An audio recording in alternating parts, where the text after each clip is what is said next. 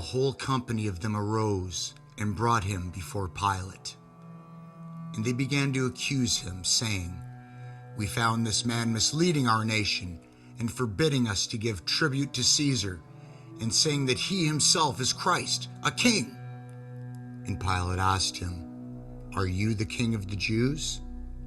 And he answered him, "You have said so." Then Pilate said to the chief priests and the crowds, "I find no guilt in this man."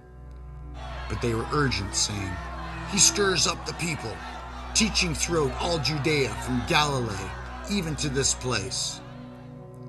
When Pilate heard this, he asked whether the man was a Galilean.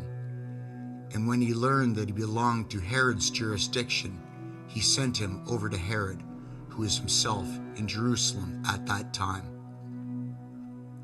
When Herod saw Jesus, he was very glad, for he had long desired to see him, because he had heard about him, and he was hoping to see some sign done by him. So he questioned him at some length, but he made no answer. The chief priests and scribes stood by, vehemently accusing him. And Herod with his soldiers treated him with contempt and mocked him. Then, arraying him in splendid clothing, he sent him back to Pilate. And Herod and Pilate became friends with each other that very day, for before this they had been at enmity with each other. Pilate then called together the chief priests and the rulers and the people, and said to them, "You brought me this man as one who is misleading the people. And after examining him before you, behold, I did not find this man guilty of any of your charges against him. Neither did Herod, for he sent him back to us. Look, nothing deserving death has been done by him. I will therefore punish and release him." But they all cried out together, "Away with this man, and release to us Barabbas," a man who had been thrown into prison for an insurrection started in the city, and for murder.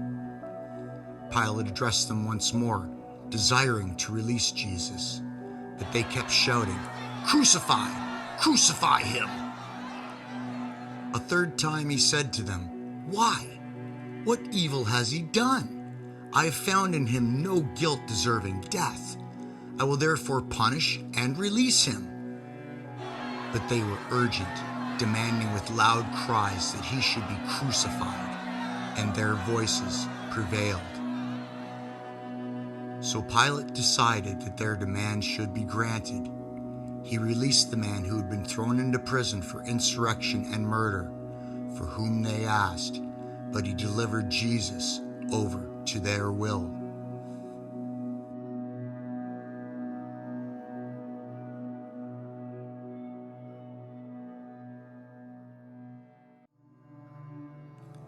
And as they led him away, they seized one Simon of Cyrene, who was coming in from the country, and laid on him the cross to carry it behind Jesus.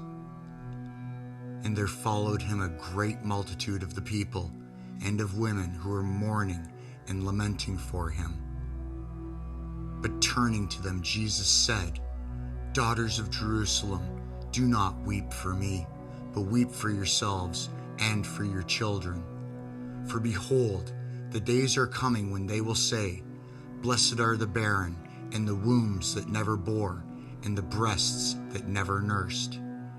Then they will begin to say to the mountains, 'Fall on us,' and to the hills, 'Cover us.' For if they do these things when the wood is green, what will happen when it is dry?"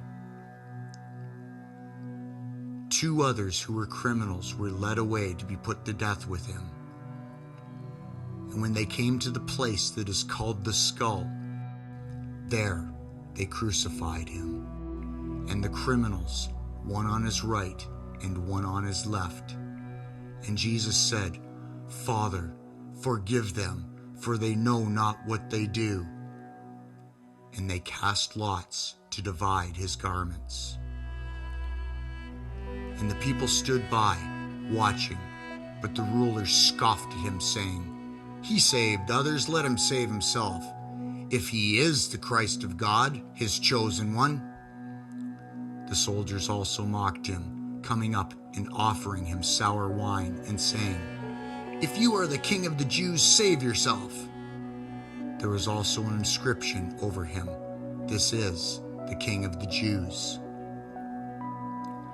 One of the criminals who were hanged railed at him, saying, "Are you not the Christ? Save yourself and us." But the other rebuked him, saying, "Do you not fear God, since you are under the same sentence of condemnation? And we indeed justly, for we are receiving the due reward of our deeds. But this man has done nothing wrong." And he said, "Jesus, remember me when you come into your kingdom." And he said to him, "Truly I say to you, today you will be with me in paradise." It was now about the 6th hour, and there was darkness over the whole land until the 9th hour, when the sun's light failed. And the curtain of the temple was torn in two. Then Jesus, calling out with a loud voice, said, "Father, into your hands I commit my spirit." And having said this, he breathed his last.